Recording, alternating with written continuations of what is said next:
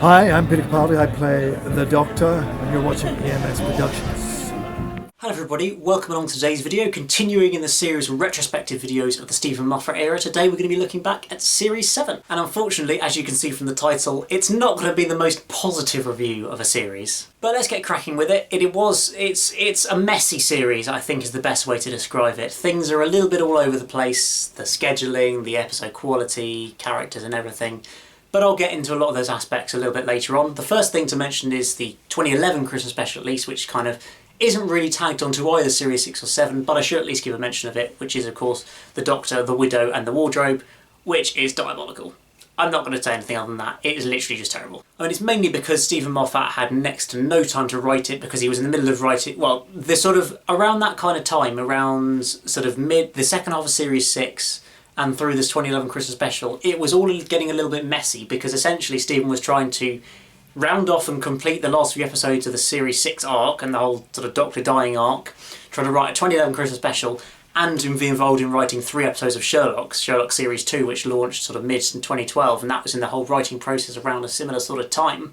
So it was very much a sort of cramming in of everything, and I think therefore that hindered the quality of that Christmas special quite a lot, because he didn't have enough time to write it. Now, of course, that is basically his fault, because he chose to do Sherlock and didn't leave himself enough time. He could have passed it over to a different writer to do the Christmas special. It was an option, but that's what happened, and that is unfortunately, I think, why the Doctor, the Widow and the Wardrobe was so bad. But let's move on. Obviously, this is where the scheduling of the show really starts to kind of get messy and fall apart completely, because we end up with only 6 episodes of Doctor Who in 2012. Now, over the whole year, there's only 6 whole episodes, which, having had, for the previous few years, other than 2009, a minimum of 13 episodes every single year, to suddenly drop to 5 right towards the end of the year didn't work. I still don't know 100% why we got a delay of the first, or of Series 7 overall, and having it split one side of Christmas and the other over 2012 and 2013.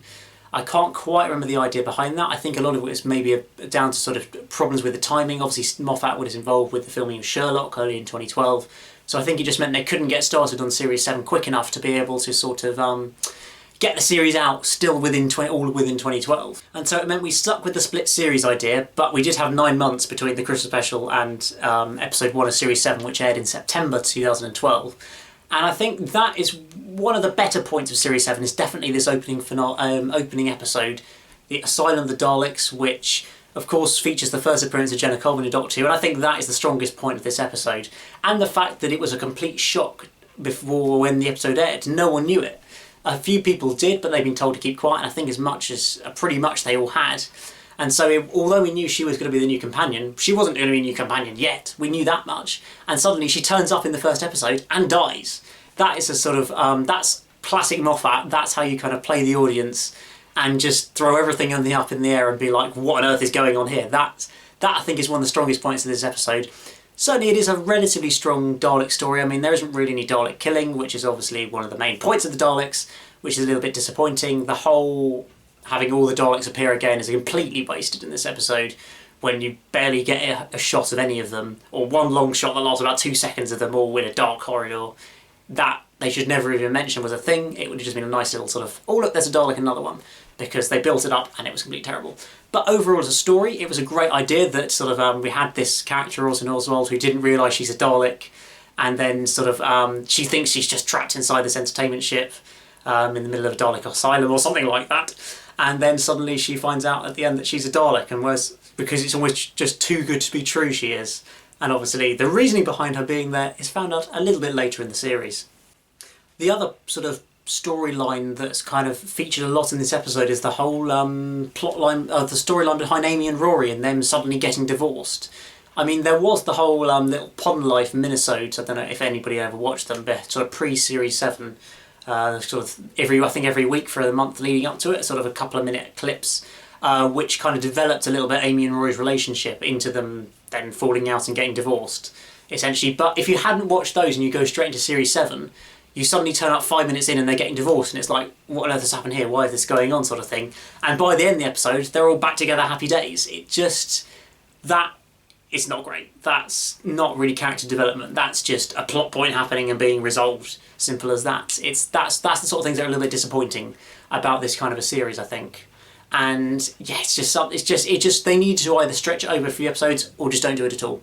Don't just have it turn up and resolved within 35 minutes. That's not really how that sort of a plot line would, in real life, would work. And well, the other sort of, I think the big idea behind the series, I remember, was the way that Stephen was sort of promoting the series at the time, was the idea that it was going to be a sort of almost movie of the week style episode. So every single episode was a single part story, often in a completely different location, very much a different type of story every single week.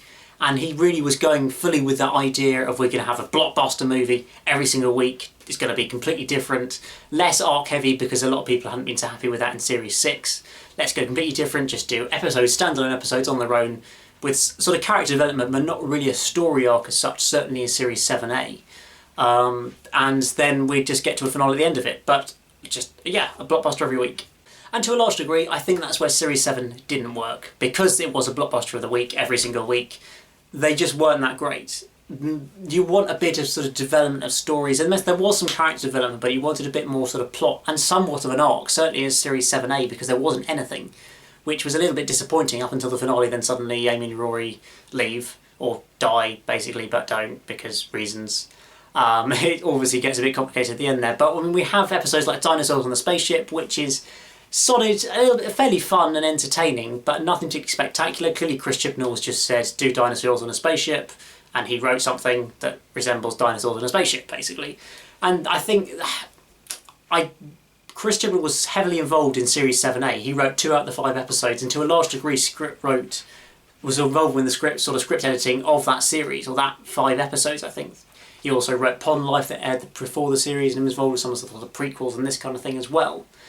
And I don't really think we should judge Chris Chibnall, though, on this section of Doctor Who, because it was clearly still under Moffat's sort of ideals, and he was kind of dictating the ideas he wanted to have behind this series. So although Chris was heavily involved in producing these 5 episodes, I don't think we should really sort of take this as a prediction of what his Doctor Who is going to be like next year. And it just felt like, certainly with Series 7A, there just wasn't really any memorable episodes as such. Obviously the opener was quite good, but then past that there's 3 average episodes in Dinosaurs on a Spaceship, A Town Called Mercy, which has a few nice ideas about trying to not kill the bad guy, let's kill the bad guy or not, because we need to have mercy and all this kind of thing. And then episode 4, The Power of 3, which is a great concept with the whole cubes sort of taking over the world, the slow invasion, Unit turning up again, Chris Chibnall reinventing Unit, which was fantastic. But then the finale, then the end of the episode, which completely falls apart. And I have mentioned this in a previous video, and I know a couple of people asked me about that, so I will address what happened there just now. So in terms of the ending of The Power of 3, why did it all go wrong? Essentially, we have the actor behind the Shakri. I can't actually remember his name quite now. But essentially, he was the most sort of uncooperative and unhelpful person in filming you could possibly imagine. And essentially, there'd been a lot more sort of plot explanation and everything being written into his character at the end. He wasn't just going to be a sort of hologram of a character, he's going to be a proper main actual villain there appearing, and there was going to be some much more interesting things going on in that sort of closing ending there. But basically, he was being super uncooperative with the crew, not sort of reading all the lines properly, having a bit of a laugh and a joke about it all, and very little of what they'd written out and what they planned to film was actually usable. They'd attempted to film some of it, but he was just being an idiot, basically, and didn't really care. And so it all looked terrible, and essentially they had to just try to find whatever they could that was left over that he'd actually been any good in, and put it all together into somewhat of an episode ending, which obviously didn't work at all well, with the sonic screwdriver just saving the day by magic. Boom, this build-up of 35-40 minutes is suddenly solved in 30 seconds. But essentially that is why it is, because this bloke was just such an idiot. So following that, you have The Angels Take Manhattan, which finishes the first part of Series 7 off, and obviously sees the departure of Amy and Rory from the show. I think a pretty strong departure, I think, for those two companions together. It's a solid story with the Weeping Angels back in it. Obviously, essentially the last Weeping Angels story we've had in Doctor Who, and probably I don't think we'll probably see them again at all, to be honest. But it was a very strong story, I think, with the good idea behind obviously them being loads more Weeping Angels. The Weeping Angels in New York, way back when, and the sort of Statue of Liberty being a weeping angel was a fantastic idea as well, I thought, for that. And then that sort of midway in a bed trapped in that sort of hotel is such a sort of striking image, and then trying to escape the weeping angels and deciding that that's it, they need to give up, that they're going to lose essentially, is a brilliant idea. And they both do that together. It sort of shows how much they love each other, whereas in the past maybe it's sort of been, you felt maybe that Amy loves the Doctor a bit more. You kind of feel by the end of the series that it really is, or the end of their time on the show, that Amy absolutely loves Rory as like nothing else on that side of things. And because we always know that Rory loves Amy, but it's never quite been the other way to that degree until we see in this final episode she really, really does. And then that heartbreaking ending when we think it's all back to normal, the day's been saved unexpectedly, Rory gets zapped back there by the Weeping Angel, and of course Amy's got to go and join him there. Even as painful as that is for the Doctor, it's a sort of heartbreaking but brilliant ending. And following that, we have the introduction of Clara Oswald for the very first time. Well, not quite Clara Oswald, but Clara Oswald from The Snowmen, the Victorian Clara, who dies, obviously, again. I think The Snowmen is a really strong Christmas special. It's definitely one of my favourite ones. To a large degree, I would have preferred it if they'd stuck with Victorian Clara. I think she was would have been just a little bit more of a different character to have in the show. And it was, I think, at the time, pretty much planned that she was going to be Victorian Clara was going to be the main companion of the series. And then suddenly, fairly late on in the process, they decided, actually, we want to have a 21st century normal human version of Clara on that side of things. And it meant a lot of script rewriting, I think, in a lot of those Series 7B episodes, and did lead to a few problems, I think, in probably the character development of Clara through that part of the series. But certainly it is a brilliant sort of idea to keep increasing the intrigue and the mystery with killing off Clara again for a second time in The Snowmen. It's all you're kind of struggling to understand quite what's going on there. And that is also one of the pitfalls of her as a character, is that she was a plot device for her first half series that she was in, and meant there was very little character development because it was all leading back to the sort of same place of her being the girl who dies to save the Doctor and all this kind of thing. So that's where I'm not going to deny. I really like Clara as a companion, but I'm not going to deny in Series 7B there is very little development of her character at all. And I think Series 7B again just sees that sort of list of, as I've listed it, disappointments of the week. It does just feel like consistently average episodes just throughout the series. I mean, The Bells of St. John is quite an enjoyable opener. I do quite like that episode, actually. I think the sort of concept about the Wi-Fi is zapping people and taking people and killing them ultimately. Is quite an interesting, a good sort of 21st century idea as well, I think, to be doing and sort of having an idea of. And obviously a nice introduction for proper actual Clara, who's going to be staying for a little bit longer this time. Through the rest of the series. But then we get next episodes like The Rings of Akaten, which is just not very exciting and great, but with a really good speech from Matt at the end. Certainly that's one of his great and iconic performances, I think, is that final speech he delivers to the god or whatever it's called. I can't remember, the god of Akaten, I think he's just called. So that's a nice moment to end the episode, but there's not too much going on there either. And that pretty much continues the trend where you have Cold War, it's a nice warrior story, which was something to quite look forward to, but again, there's only one Ice Warrior there, we don't even see it half the time, so that's a bit disappointing, and it just feels pretty average as well. The same with Hyde, the following episode. I mean, maybe that's just because it's not my type of episode. I'm not really a fan of ghost stories and all this kind of thing. It's just not my kind of thing so much. And there was obviously this kind of, I guess, pretty average ending of the whole, they were just in love, they weren't actually trying to kill people, these alien, horrible looking alien creatures. So that wasn't great either. Journey to the Centre of the TARDIS, I think, it's an okay episode. I quite like that. The idea, the concept is good, to be exploring the insides of the TARDIS. I still love the Invasion of Time, just because we end up going inside the TARDIS. I used to love it as a kid, even though it's just inside like a swimming pool and some sort of old hospital and a museum or something. I used to love the episode as a kid. I still really enjoy it just because they explore the TARDIS, all these new sort of behind little areas and rooms of the TARDIS that we've never seen before. And that's where the concept at least works quite well with Journey to the Centre of the TARDIS, but the plot behind it and those horrible, annoying brothers, whatever they're called, who are not very good actors and just not likeable characters in the slightest, and then just a complete reset at the end of the episode as well, means it all kind of falls apart in the execution. But at least it was an interesting concept. Then filling out the final episode of the series is the Crimson Horror, which just, again, isn't really my kind of thing, in a sort of Victorian story with creepy... I mean, the Page Notes are going back, but it just isn't me. I just don't really like it. I mean, I don't know whether it's a popular episode, I don't think so, but it's just not on my street at all, really. And then Nightmare in Silver, which is, I guess, a disappointing Sidemen story, I guess you'd have to say. It just sort of continued the run of fairly average and disappointing episodes. The Sidemen were there, but suddenly they became sort of invincible, or created to be invincible, so that they could just upgrade themselves to defeat whatever, and were becoming almost like a sort of Iron Man robot rather than an actual sort of converted human anymore. There wasn't really any human left. I know that's kind of the idea, but there was still always kind of a little bit of human sense there, which was completely gone with these Sidemen.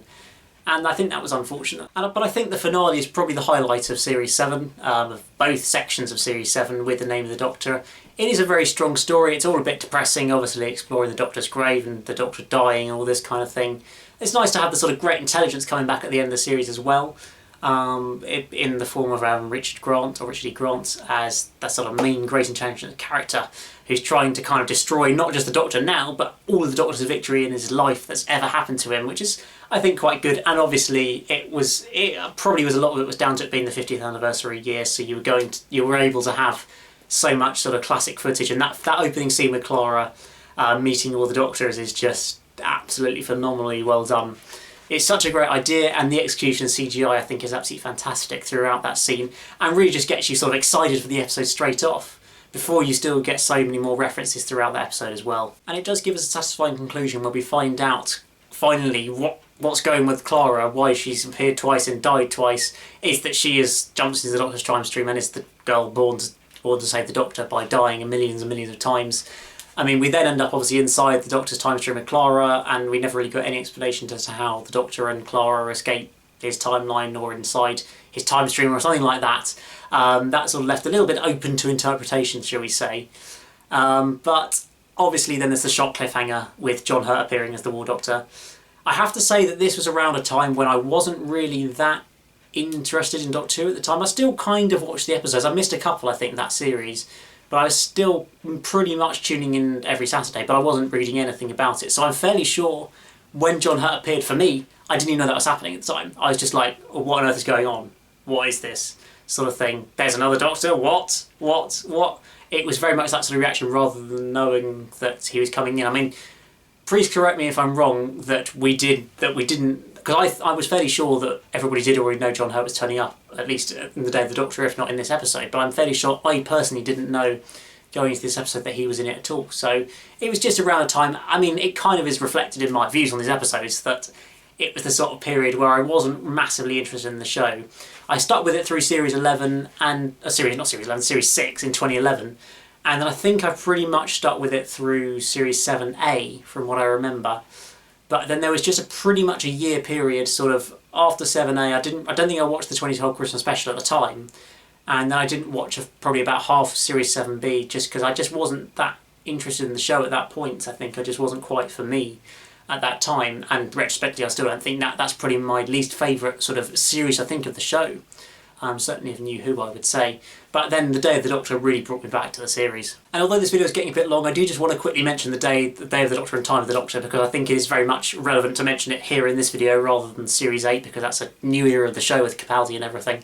So the Day of the Doctor, well, it's fantastic. What else can I say? It's such a brilliant celebration of the show. Yes, I know to a large degree it's a celebration of 8 years of the show rather than 50 years of the show. 90% of it is New Who rather than Classic Who, and some people have been a bit negative about it because of that.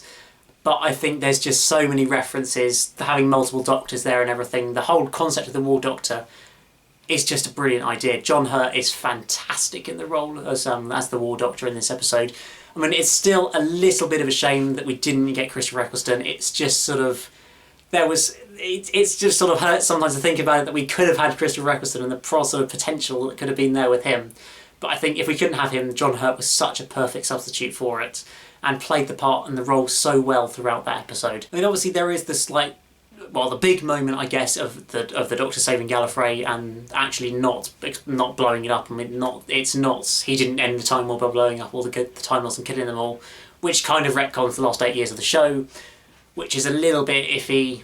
I mean, I still don't know quite how I feel about it. I kind of like that we reached that point where it was resolved, but it also, I liked earlier on the Doctor sort of having that pain, and that defined, certainly the Ninth Doctor was defined by what he'd done in the Time War by killing all the Time Lords, and I think that had kind of been sort of reset by what happened in the Day of the Doctor. So I guess it is a divisive issue with that sort of one, but I don't think, certainly as an episode, it detracts from it too much at all. And then that ending with Tom Baker turning back up is just absolutely perfect. It's still one of my favourite scenes of the show when Tom Baker turns up one final time as the curator to speak sort of 40 years on since he's last been in the show.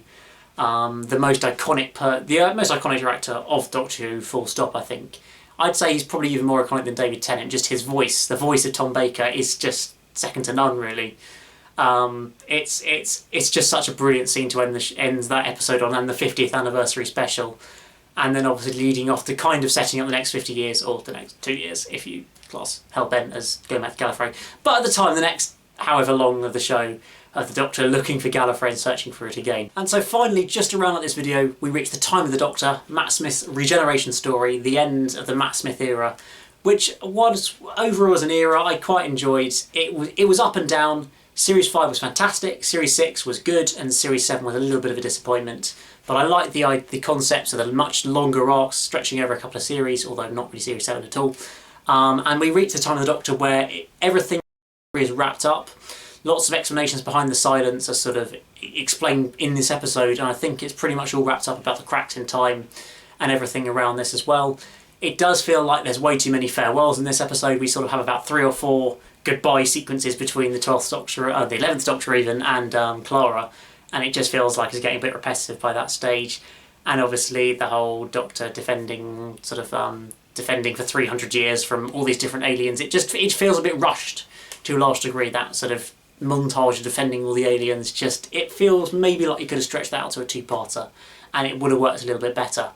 But overall, I still think it's a strong ending for the Matt Smith Doctor. It's not one of his best episodes, but it's a very good one with an absolutely fantastic final scene. I still absolutely adore that final scene with Matt and Jenna in the TARDIS with the 11th Doctor's regeneration sort of sequence, and those last sort of few words. I think I pretty much still know every single word of that last sequence. I just sort of loved it so much, some of the words and sort of the thoughts that he'll always remember the Doctor was me, but times have to change, and all this. And then obviously Amy appearing one final time as well is just a brilliant sort of conclusion to it before suddenly, shock, Peter Capaldi appears. And we head off into a sort of a new era of the show with Peter Capaldi's Doctor in Series 8 and a darker, different kind of show, but that's for another video.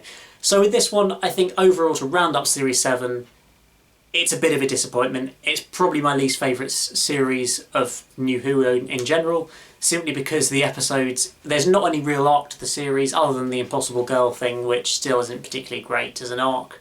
You have just a lot of standalone episodes that aren't particularly great. There's not any fantastic 2-parters. I wouldn't say there's any episodes that I'd really class as a classic in either part of Series 7, which is disappointing.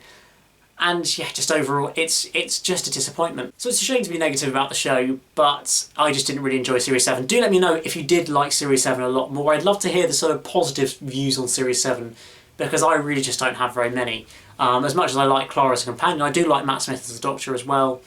It just doesn't seem to quite gel together in a series for me. But do let me know if you think different. But finally, I will wrap up this video, guys. Thank you very much for watching this video. Do let me know in the comments below your favourite episodes of Series 7, what you thought of it as a series.